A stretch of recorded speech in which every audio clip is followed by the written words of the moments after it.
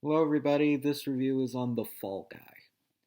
So, the plot of this movie is this stuntman named Colt Seavers, played by Ryan Gosling, is takes a break from his stunt work after he suffers a pretty moderate injury, but he gets back into the swing of things when he's convinced by his ex-girlfriend Jody, played by Emily Blunt, to do some stunt work for a movie that she's directing, but the production doesn't really go as planned because the main actor Tom Ryder, played by Aaron Taylor Johnson, has been missing, and so Colt has to go around to try and find Tom, and but he finds out that Tom is has been behind their backs obtaining drugs, and he uses deep fake technology to put Colt's face on him and make it look like he's been the one who's been having the issues behind the scenes. So Tom has to prove his innocence and go after Colt and hope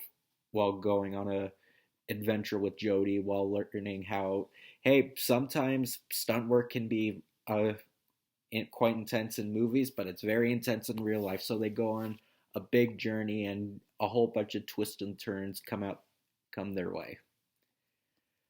Yeah, I finally went to see this movie tonight, this afternoon. I really been wanting to see this one because, well, for one thing, it's a movie about making movies, and I'm always a sucker for those. And David Leitch is directing it. I'm instantly sold. And this movie was a blast. Like this was I guess you could say this is arguably the first movie of the summer that came out, and it was a good one to start off with. I did really have a fun time with it, and it's not even just the whole fact that it's about filmmaking, although that is a pretty prominent reason why I did really enjoy this film, but it had a pretty interesting story. Well, the whole thing wasn't just about making a movie because while that would have been a fun concept, I don't think you can have enough material of that for an action movie. But the the story they went with,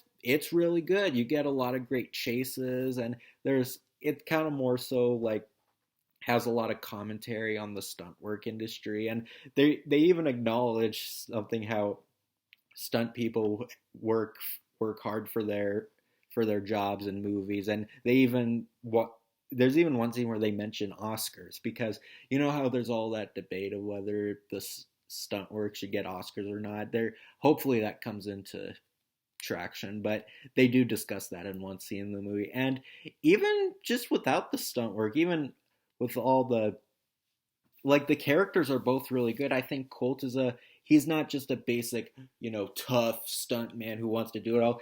You can see that he really wants to prove his innocence, that he kind of wants to be a real life action hero, and he's not kind of the tough guy that he makes him out to be in the movies. He he gets really pressured about how to do this, but at the same time he deals with it, and mostly because his ex-girlfriend Jody, uh, who they both like, of course they're not together, they're not a couple anymore, but you can tell that their breakup wasn't horrible or anything. Like you know they could still work together and they could still support each other. I mean, sure, they can have a bit of bickering here and there, but for the most part they actually really do make a good pair. And I like that a movie touched that, where just because you broke up with somebody, that doesn't mean you hate each other. So I like that they kind of went with that how about how the teamwork aspect of this movie is getting together with someone that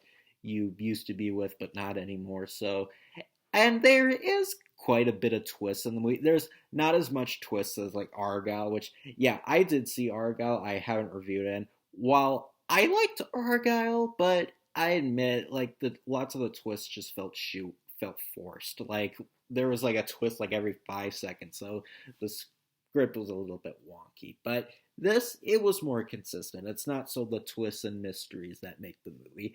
It's kind of more so a film about just a stuntman being put in a more serious situation, not just something he's making for a fun little project. And it's fun. I mean, compared to lots of David Leitch's other movies, the action's not as cool.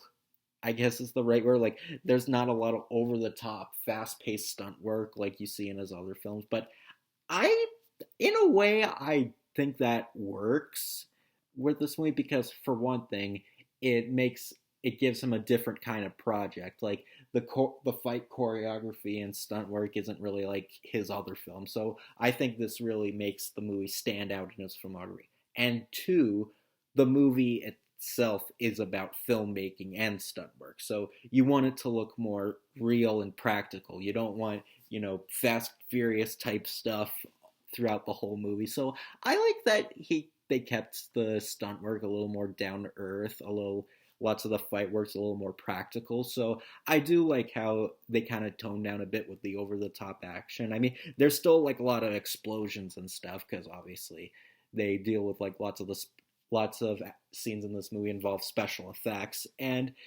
it must have been, I don't know if it was easier or harder for a movie to make it look like a film set rather than it actually just looking like a real world.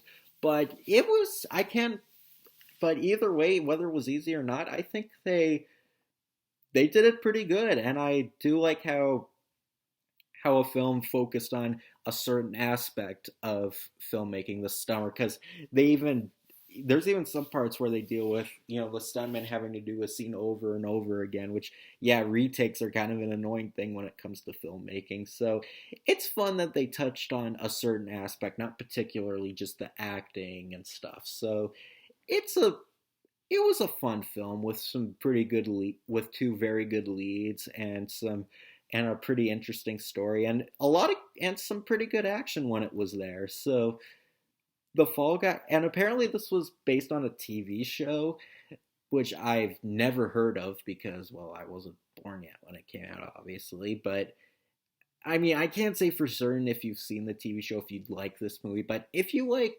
filmmaking or you like, you know, David Leitch's work or you're fascinated by stunts, I think this is a good one to check out. It's got enough, twist and turn, some fun stunt work, and some really good performances to get to make you happy. So it's definitely a worthy watch. It's really a shame this movie isn't doing too well because I have no idea why this movie is bombing so far. I mean, it's not done its run yet. Maybe it'll do okay, but so far, I don't know. But maybe it'll get a cult following among the film communities in the near future. But if you have the time to go to the movies, I definitely recommend seeing this one. I think it needs support because I had a really fun time with this one. I mean, I think so far it's one of my favorite movies of the year. I don't know if it would make my top 10, but I still really liked it. If you like filmmaking, if you like David Leitch, or if you just like crazy stunts, this is the movie for you.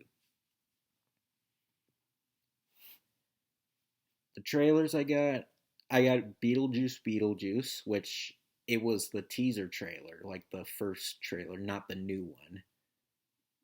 I don't know why, but whatever, I guess. I'm still interested in this one. I mean, I've already said because I've seen the trailer for this in the movie theaters like quite a few times, but I'm interested to see how a Beetlejuice sequel turns out, but I don't think it's really needed. But Tim Burton's usually always creative, so I'm open to it. I got Fly Me to the Moon. I don't really know about this one. I mean, it's basically just a romantic comedy drama, which, I'm not really into romance films that much. I mean, there are ones I like, but it has Scarlett Johansson and it's, I mean, it looks, I mean, the whole thing's about the preparing for the moon landing, which I mean that could be an interesting plot, but I don't know if it's something I'd outright. Maybe I might stream this one. I don't think I'll outright see it, but maybe if it's maybe I'll stream it if it's on later in the year, or maybe I'll just rent it at best. So I don't really know about this one. I mean, it might be okay. Okay, this is kind of a funny one. I got The Bike Riders. Has this movie still not come out? I saw the trailer for this last year when I went to see A Haunting in Venice, and it still hasn't come out. And um, And the movie itself, it looks pretty good, honestly. I mean, it looks like a good, biker gang action type film. I mean, I don't know. Okay, maybe not an action film. I don't think this will have like a lot of, stunt work or lots of action scenes. It looks more like, a crime film, I guess is the right word. But I'm interested. I think I might see this one. And I got Twisters.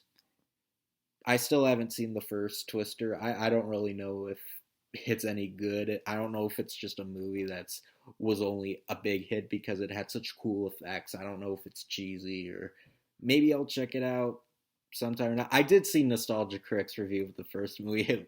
It was pretty funny, but yeah, I don't know about Twisters. Maybe I might check out the first one. I mean, I don't know if it's pretty dated by today's standards, but oh well, maybe I don't think it's gonna be the worst thing ever, so I might just check it for the heck of it. So yeah, the Fall Guy. If you love filmmaking and you want to see a movie about filmmaking and you love those kinds of films, definitely support this one. And I really hope this does well, and I hope it gets more recognition because it's actually a really good film, and especially if you appreciate all the hard work that goes into stunt people, I think this is a good love letter to that job. So, yeah, The Fall Guy, it's a good film, and I'm definitely glad I went to see it before it was out. I mean, it'll probably still be in my theaters for a while, but don't know.